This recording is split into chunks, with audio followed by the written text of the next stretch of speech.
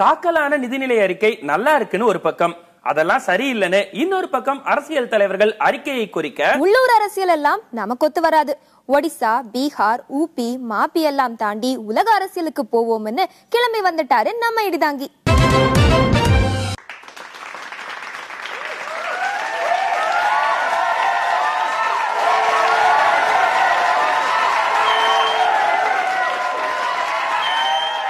ஆனால் ஒன்றை மட்டும் கூறிக்கொள்ள ஆசைப்படுகிறேன்.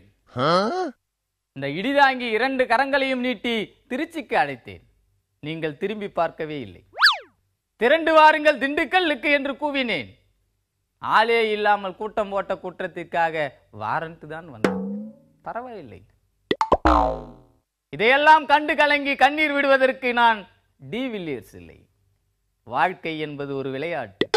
அந்த விளையாட்டில் ஆடத் தெரிந்தவனுக்கு கோப்பை, மற்றவர்களுக்கு பெப்பை என்பதை என்றைக்கோ புரிந்து கொண்டவன் இந்த இடிதாங்கி.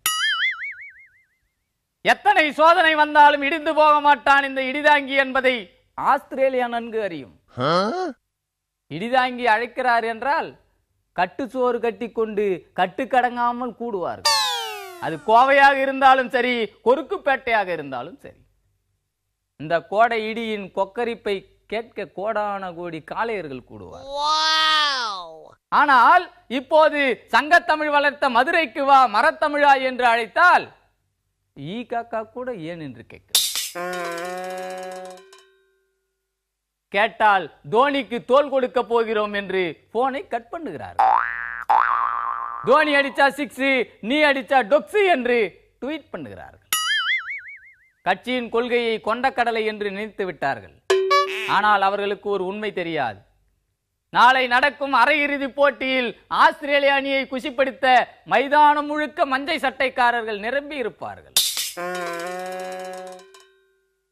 ஆனால் நம் அணியை குஷிப்படுத்த சியர்ஸ் கேர்ள்ஸ் கிடைக்கவில்லை என்பதற்காக சியர்ஸ் கையாக வாருங்கள் என்று இந்த இடிதாங்கிக்கு அழைப்பு வந்திருப்பது யாருக்காவது தெரியுமா? கழுதைக்கு தெரியுமா கற்பூர வாசனை? கங்காருவுக்கு தெரியுமா இடிதாங்கியின் யோசனை? தெரியாது. நாளை நடக்கும் அரையிறுதியில் வெற்றி யாருக்கு என்பதை இந்த இடிதாங்கியின் உடல் மொழிதான் தீர்மானிக்க போகிறது. இந்திய அணி போடும் ஒவ்வொரு கோலுக்கு பின்னாலும் இந்த கோமாளி இருப்பான் என்பதை நீங்கள் புரிந்து கொள்ள மாட்டீர்கள். என்னுடைய திறமை தேடம் பேருக்கு தெரியும். ஆகவே ஆஸ்திரேலியாவுக்கு புறப்படும் இடிதாங்கியை வழி அனுப்ப கண்ணாடி இல்லாத விமான நிலையம் ஒன்றுக்கு பொக்கேவுடன் வருமாறு கேட்டுக்கொண்டு உங்கள் எல்லோரையும் எச்சரித்து விடுகிறேன். நன்றி.